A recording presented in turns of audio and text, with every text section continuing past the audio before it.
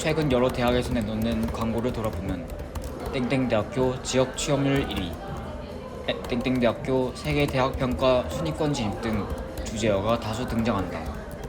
그런 광고는 그 대학 자체가 갖는 매력과 능력, 자신의 지향점을 담지 않고 외부의 평가에서 붙어오는 숫자 노름과 그 건의에 집착하며 대학을 선택해야 할 예비 대학생들에게는 대학에 대한 잘못된 인식을 불어넣고 있다.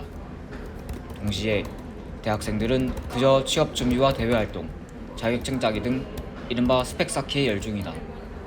이 모든 폐해는 오롯이 학생에게 전가되는데 현대사회에서 점점 취업률이 낮아지고 있는 문과 계열과 그 특성으로 인해 취업의 여부를 확인하기 어려운 예술계열 학생들은 아예 졸업지를 늦추거나 전공과 전혀 무관한 직종으로 겨우 취업하는 사례를 볼 수 있다. 특히 개원예술대학교를 비롯한 많은 예술체육대학들은 취업률의 문제로 교육부의 대학 기본 역량 진단 평가를 통과하지 못하는 등 구조적으로 열악한 상황에 처해 있기도 하다. 그러나 대학은 원래 무엇을 위한 기관인가? 그 속의 대학생은 어떤 존재인가? 대학은 취업을 위해 반드시 거쳐가야 할 관문이 아니고 대학생은 현실 무기력하게 추궁해야 하는 존재가 아니다. 대학은 무언가를 판매하고 그에 따라 이득을 챙기는 기관이 아니다. 세계를 탐구하고 인류 진보의 최전방을 이끌어 나가며 다음 세대의 지식인을 양성하는 기관이었다. 그러한 대학의 움직임에 학생들이 영향을 받는 것은 자연스러웠다. 대학생의 처절한 외치름은 전 유럽을 휩쓸어 교육 체제는 물론 시대 정신을 바꾸어 놓았으며 대학생의 발기질은 전국을 불태워 반민주적, 반인권적 권위에 불하지 않고 체제를 전환시키는 데 큰 공을 세운다. 그럼에도 이제 우리 대학들은 사회적으로 의도된 수혜와 궁금에 따라 지식을 판매하고 졸업장을 양산하고 있으며 학생들은 학생 스스로 생각하는 능력과 그에 반대되는 주장에 대해 반격하고 대안을 제시하는 능력을 거세하고 있다. 그 사이에 교육관광은 교육자와 학생 모두에게 아무것도 가르치지 말 것이며 아무런 생각도 하지 말 것, 그리고 절대 한국의 것을 윽박지른다. 그들은 극우라는 독을 풀었다. 그렇다면 대학은 왜 평가받고 있는가? 대학이 너무 많다는 사실을 알아두어야 한다. 김영삼 정부 시절 이루어진 대학 설립 중칙주의, 일명 대학 자율화를 돌아보자. 당시를 회고하는 여러 글을 돌아보면 김영삼 정부 이전 시기의 대학 입시가 당시를 기준으로 보던 지금을 기준으로 보던 심각한 수준이었음을 알 수 있다. 시사저널의 보도, 학생들 죽이는 입시 교육에 따르면 그런데도 우리 교육은 처음부터 오로지 대학문에 이르는 사다리를 타고 오르는 기술만을 가르친다. 그 사다리에 매달린 올해 고3들의 모습을 보자. 결국 5명 중 1명만이 바늘구멍을 뚫는 대학 입시를 통과하고 나머지 4명이란 절대다수가 12년 동안이나 들러리로 시행되는 교육을 강요당하고 있는 셈이다. 라고 말하고 있다. 이 보도에서와 같이 김영삼 정부의 출범 이전에도 실제로 출범한 이후로도 대입 문제는 심각했다. 원하는 대학에 합격하지 못한 재수생은 해마다 누적되는데 성적과 상황을 비관해 자살하는 학생들까지 덩달아 늘어나며 교육 당국으로는 무시할 수 없는 사회적 현상이 되었다. 이러한 상황에서 정권은 가만히 있을 수 없었던 탓인가? 대학 건물, 땅, 교사와 기본 재산만 있으면 수도권 밖에서 제한 없이 대학을 설립하도록 규제를 완화했고, 곧이어 수도권 내 대학의 입학 정원도 확대하여 대학 진학률을 크게 끌어올린 방법으로 사태를 일단락시킨다. 그러나 그것은 좋은 방법이 아니었다. 당시 터져나오는 대입자 수주에는 일시적으로 맞출 수 있을지라 하더라도 전국의 지방에서는 학위도리로 근근히 연명하는 기준 미달 대학을 양산하는 결과를 낳았다. 또 수도에서는 규제 완화의 파도를 타고 비대해진 수도권 대학이 탄생했으며, 이 모든 것들은 결국 대학 전체의 질을 낮추고 대학이 그저 그런 학위나 파는 주식회사로 돌변해 모든 교육기관의 권위를 바닥으로 향하게 했다. 그뿐만인가? 기업화된 대학은 이제 새로운 진보를 막아 교육받으려면 유학길에 올라야 한다는 풍토를 만연케 하여 막대한 재산을 필요로 하는 유학을 유행시켰고, 그에 따른 자본에 의한 엘리트주의를 심화시켰으며 스스로 교육 주권을 내려놓는 결과를 초래했다. 그런 와중에 학령 인구 감소와 수도권 쏠림의 가속화에 더불어 IMF라는 치명적인 경제 상황으로 인해 더 이상 버티지 못하는 불량 대학이 속출하자 교육부처는 새로운 구조조정 대책을 내놓아야 했다. 그렇게 국가에 의한 대학 재정 지원이 그 모습을 드러냈다. 처음에는 자발적 구조조정을 유도하기 위해 사용되었다. 그러나 해가 지나고 정권이 바뀌어 갈수록 그것은 정부의 대학 통제를 위한 수단으로 바뀌어 갔다. 이는 이명박 정부에 들어서서 정점을 찍게 되는데, 국립대의 통합 및 정원 축소에 그치지 않고 사립대의 영역으로도 옮겨갔다. 그것은 다분히 신자유주의적 논리에 의해 진행되었다. 그 방법론으로는 교육부의 대학 평가에 기초하여 학자금 대출과 정부의 재정 지원 제한 등을 통해 강도 높은 구조조정 요구로 실현되었다. 이렇게 대학을 압박하는 평가는 이명박 정부를 넘어 박근혜, 문재인을 통해 윤석열 정부에 이른다. 특히 윤석열 정부 아래에서는 특이한 양상을 보였는데, 지방에 추가적인 재정 재원은 없는 구조조정 권한의 지방 위임으로 흐른다. 이렇게 여러 정권이 교체되는 동안에도 구조조정의 근거로 사용되는 대학 평가는 범위와 강도를 바꾸어가며 계속 진행되었다. 각 정권의 정치적 입장에 따라 약간의 차이를 보이기는 하나, 대학 평가의 주요 결자는 이리저리 뜯고 붙여도 결국 취업률이 얼마나 나오느냐다. 학과 졸업자와 예정자들이 운 좋게 직업을 얻어 각종 보험에 가입하면 취업으로 인정하여 통계에 편입하게 되는데, 이 취업률이 나오진 학과는 통폐합하여 취업 위주 교육의 효율화를 달성하자는 것이다. 하루가 멀다 하고 새로운 기술이 속속들이 등장하는 이 시대에서 공학대학은 하나의 숭배 대상이 되고, 확실한 사자 직업을 가질 수 있는 의대, 법대들의 경쟁률은 치열해져만 간다. 그 사이 문과대학과 인문학의 가치는 땅으로 떨어져 천시받고, 예술과 체육은 돈 많은 한량의 신선노름으로 전락한다. 대학이 이리저리 구르는 동안 대학생들의 여건은 얼마나 변화했는가. 학과 통폐합과 마구잡이 신설을 강요하다 보면 도저히 이게 무엇을 배우는 학과인지, 어디서 나온 학과인지 알 수 없는 괴상한 교육과정을 갖춘 학과가 등장한다. 다양한 것을 배울 수 있는 기회가 있는 것과 다양한 것을 일단 훑고만 지나가는 것이 다르다는 것을 모르는 사람이 있는가?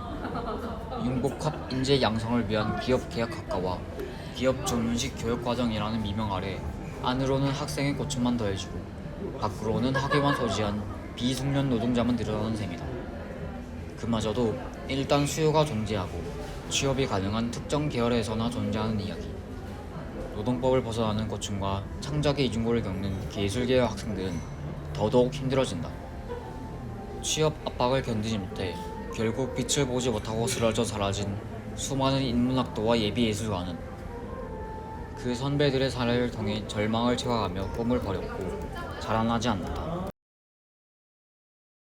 사실 학과만 힘들어지는 문제가 아니다. 국가 지원이 끊길까 기업을 끌어들이다 직접 기업이 된 학교 본부, 권력 싸움에 지쳐 연구는 뒷전이 된 교수를 거쳐 취업 못할까 가덕의 높은 스펙을 쌓는 학생들까지 이제 그 누구도 행복하지 않고 그 어느 영역에서도 진보하지 않는 무언가 단단히 잘못된 대학이 만들어진다. 이 잘못된 대학은 학생의 눈을 가린다. 위에서부터 아래로 내려온 압박은 학생을 쉼없이 달리게 만든다. 목적지 없는 달리기에서 뒤처질세라 불평불만이 생겨도 자신의 탓으로 빠르게 돌려버리고 혼자 삭히는 모습은 더 이상 낯설지 않다. 그렇게 암묵적인 규칙은 만들어지고 이제 불만을 드러내거나 주류와 다른 자신의 의견을 표명하는 일은 불미스러운 일이 된다. 인류 진보의 최전방에 서 있던 지식인이라는 명예로운 호칭을 스스로 벗어던져 사회의 노예가 된다.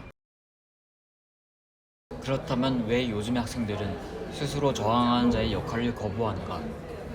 대안에 대해 가르치지 않는 그동안의 교육이 한몫한 것으로 보인다. 한반도를 갈라놓은 한국전쟁 이후로 깊게 뿌리내린 반공사상으로 인해 체제에 대안을 요구하는 목소리를 내지 못하게 되고 궁극적으로는 체제에 절대 복종하는 풍토를 조장함으로써 처음부터 저항하는 법을 가르치지 않는 것이다. 일례로 최근 서울대학교 경제학부 마르크스 경제학 강좌 폐지, 계명대학교 정책대학원 폐지에 따른 여성학과 석사과정 일반 대학원 승계 개설안 폐지와 같이 체제에 대한 대안을 제공하는 학문 접근을 차단하는 등의 사례가 생겨나고 있다. 이는 연구와 교육 기능을 수행해야 할 대학이 스스로 이에 소홀히 함으로써 학문의 다양성을 저해하고 궁극적으로는 사회 발전을 막는 요인으로 작용한다. 또한 정치적 담론 형성, 그리고 정치적 행동에 대한 공포감 형성과 입막음이 있었다. 진보당 진보정책연구원의 조사에 따르면 이는 고등교육 이전부터 강요된 정치적 중립 의무에 의한 것으로 보였다. 정치 편향을 제거해 객관적 사실만을 교육하고 논의하자는 취지였으나 해를 거듭하며 그 태도는 사라졌다. 오히려 제거된 것은 사람이 스스로 생각하여 자신의 고유한 사상을 성립하는 능력이다. 그러나 정치적 담론이 완전히 제한된 것은 아니었다. 대학에 존재하던 총학여학생회, 소수자권리위원회 등 소위 진보적 성향을 지닌 단체들의 활동을 방해하거나 심지어는 폐지시키기도 하고 여기에 문제의식을 느끼지 못하거나 오히려 그것이 당연한 일이라고 생각하는 것이 일상이 되었다. 여기에는 우리 사회 속 인터넷 커뮤니티에 악질적 문화가 자리 잡고 그것이 양지로 올라온 것을 또 다른 원인으로 지목할 수 있는데 이것을 통해 정치 편향이라는 정의 자체가 오른쪽으로 크게 기우게 된 것이다. 하지만 모든 희망이 사라진 것은 아니다. 위에서 언급한 진보정책연구원의 조사 광장의 빛은 대학에서도 이어질 수 있을까? 성명숙 연구원에 따르면 과거 대학생 운동과 양적 비교는 어렵지만 오늘날에도 목소리를 내는 학생들은 분명히 존재한다. 그러나 언론과 대중매체의 보도 부족으로 인해 이들이 충분히 가시화되지 못했고 이로 인해 정치사회가 현 세대의 학생들의 목소리에 무관심하다는 지적이 있었다. 일부 연구 참여자들은 대학생이 사회 문제에 무관심하다는 프레임 자체에 문제를 제기하기도 했다. 그럼 작금의 이런 상황을 헤쳐나가기 위해 우리는 무엇을 해야 하는가? 우선 대학을 정리해야 한다. 프랑스의 경우를 살펴보면 이미 이 방법을 시도해본 바 있다. 대학 통합은 6.8 혁명으로부터 촉발된 평등과 학문 연구를 향한 열망의 산물이었다. 수도에서는 파리와 그 근교 대학이 파리 1대학, 2대학 등 총 13개로 통합된 뒤 나뉘었고 인문, 사회과학 및 예술에 특화된 8대학의 경우처럼 대학마다 주력으로 이끄는 학문을 달리해 지역 내 대학의 전반적인 평준화를 달성하면서 대학 간 차별화를 도모할 수 있다. 물론 프랑스 대학 모델의 근거에는 현 상황과는 다른 폭발적인 수요에 비해 부족한 대학 능력이 있었음을 유념해야 할 것이다. 권역별로 대학의 이름을 통합해 대학의 네임밸류에서 나타나는 입결의 차이를 극복해야 수도권의 비대함을 줄이면서 지역 대학의 낙후를 막을 수 있다. 그럼에도 불구하고 수도권 디레아는 대학 밖의 인프라 집중 문제를 동반하고 있으므로 사회 전반의 개혁을 필요로 한다. 다음으로는 대학 졸업을 필수로 요구하는 풍토를 축출해야 한다. 대학은 종착지가 아니다. 대학은 학문 연구의 터미널이어야 하며 대학 졸업장이 노동시장의 입장권이 되어서는 안 된다. 대학이 발급한 학사 학위를 보유한 고학력 노동자가 전공과 전혀 관련 없는 직업에 종사하는 일은 교육에 있어서나 노동계에 있어서나 좋은 일이 아닐 것이다. 고학력 단위에 진학하려는 사람들도 다시 한번 생각해 보아야 한다. 내가 무엇을 위해 진학하는지, 무엇을 하고 싶어 진학하려는지 확인해야 한다. 역시 앞번의 것과 같이 사회 전반의 개혁을 필요로 한다. 마지막으로는 고등교육을 포함한 모든 교육에서는 저항하는 법을 가르쳐야 한다. 신자유주의식 경쟁으로 촉발된 각자 도생과 생존주의만을 가르칠 것이 아니라 함께 승화하라고 함께 저항하는 길에 대해 가르쳐야 한다. 지금 우리는 산업과 정치의 혁명 이전, 거대한 과도기를 지나고 있다. 이 중요한 시기에 대학이 자신의 역할을 그대로 떠나보내도록 가만두어서는 안 된다. 학생들 또한 주식회사식 학위 장사 앞에서 더 이상 침묵해서는 안 된다. 우리는 우리의 대학을 되찾고 학문과 사회의 발전을 위해 전진해야 한다.